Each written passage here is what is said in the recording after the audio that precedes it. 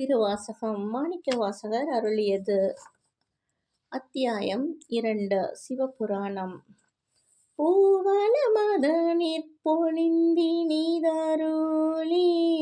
பாவநாசமாக்கிய பரீசும் பாவங்களை போக்கி அருள பூவளம் என்னும் ஊரில் நீ காட்சி அளித்த பெருமை உண்டு. தண்ணீர் பந்தர் சயம் பெற வைத்து நன்னீர் சேவனாகிய நன்மையும் உன் அடியவருக்கு நன்மை செய்வதையே கொள்கையாக கொண்டவன் நீ. போரில் பாண்டியன் வெற்றி பெற வேண்டும் என்பதற்காய் அவனுக்கும் அவனுடைய படையினருக்கும் தண்ணீர் பந்தல் வைத்து நன்னீர் வழங்கும் தொண்டு செய்தனை. விருந்தினனாகி வெண்காடதனில்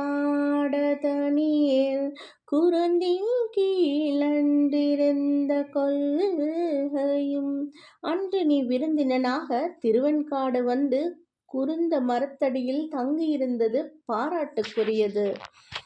ஓம் நம சிவாய. நன்றி.